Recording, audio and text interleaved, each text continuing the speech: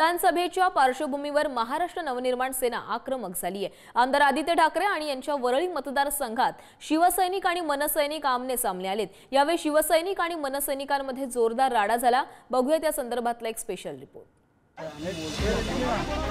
वरळीत ठाकरेंची शिवसेना आणि मनसे एकमेकांना भिडलेत। दोन्ही पक्षांच्या कार्यकर्त्यांमध्ये वादावादी होऊन राडा झाला।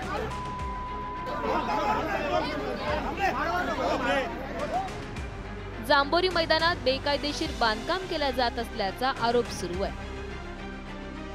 याबाबतची पाहणी करण्यासाठी मनसेचे नेते संदीप देशपांडे घटनास्थळी दाखल झाले। याची माहिती मिळताच ठाकरेंचे कार्यकर्ते तिथे आले आणि संभाषण सुरू असताना दोन्ही गटाच्या कार्यकर्त्यांमध्ये बाचाबाची झाली।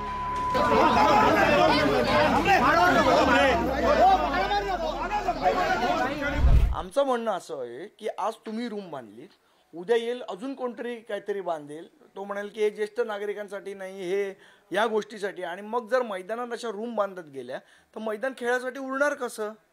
आमचं म्हणणं आहे की तिथे बांधकाम होऊ शकत नाही, कारण ते खेळाचं मैदान आहे, ते खेळासाठी मुलांना उपलब्ध राहिलं पाहिजे, ही आमची ठाम भूमिका आहे। बघा तो सुपारी पक्ष आहे, त्याच्याकडे मी लक्ष देत नाही। त्यांनी ज्येष्ठ नागरिकांवर आज हल्ला केलेला आहे, तो व्हिडिओ आपण पहा। धक्काबुक्की ज्येष्ठ नागरिकांना केलेली आहे। हे निवडणूक आली की सुरू होतात 2 महिने आणि मग परत झोपलेले असतात। मुख्य गोष्ट हीच आहे की अशा टपोरी लोकांकडे लक्ष देऊ नये।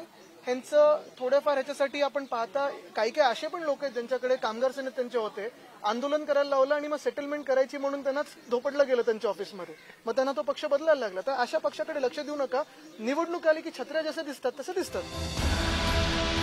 जांभोरी मैदान हे मुंबईतलं महत्त्वाचं मैदान। खेळासाठी, राजकीय सभांसाठी हे मैदान खूप महत्त्वाचं मानलं जातं। याच मैदानावर ज्येष्ठ नागरिक कट्ट्याचे बांधकाम सुरू करण्यात आलंय। आमदार निधीतून करण्यात आलेल्या हे बांधकामावर मनसेनं आक्षेप घेतलाय।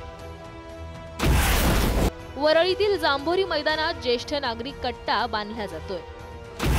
आदित्य ठाकरेंच्या आमदार निधीतून ज्येष्ठ नागरिक कट्ट्याचं काम सुरू आहे। बांधकाम अनधिकृत असून शाखेसाठी जागा अडपण्याचा डाव असल्याचा आरोप मनसेनं केलाय। कट्ट्याच्या नावाखाली बंदिस्त बांधकाम का, असा सवालही मनसेकडून करण्यात आलाय। आज आम्हाला मिळालेल्या वास्तूचं सुशोभीकरण करत असताना आम्हाला अशा प्रकारचा अडथळा उत्पन्न करणारा व्यवहार मनसे लोकप्रतिनिधींच्याकडून घडल्याचं आम्हाला ज्येष्ठ नागरिकांना अतिव दुःख होतंय।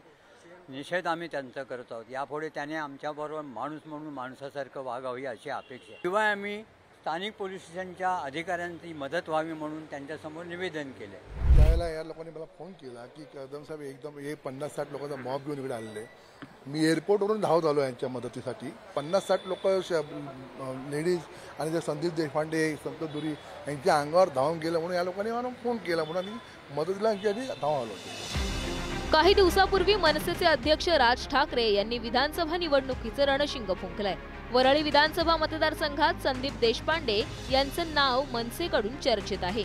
गेल्या काही दिवसांपासून मनसेचे नेते वरळी मतदारसंघात सक्रिय झाल्याचे दिसतंय। आदित्य ठाकरे हे या मतदारसंघात विद्यमान आमदार आहेत।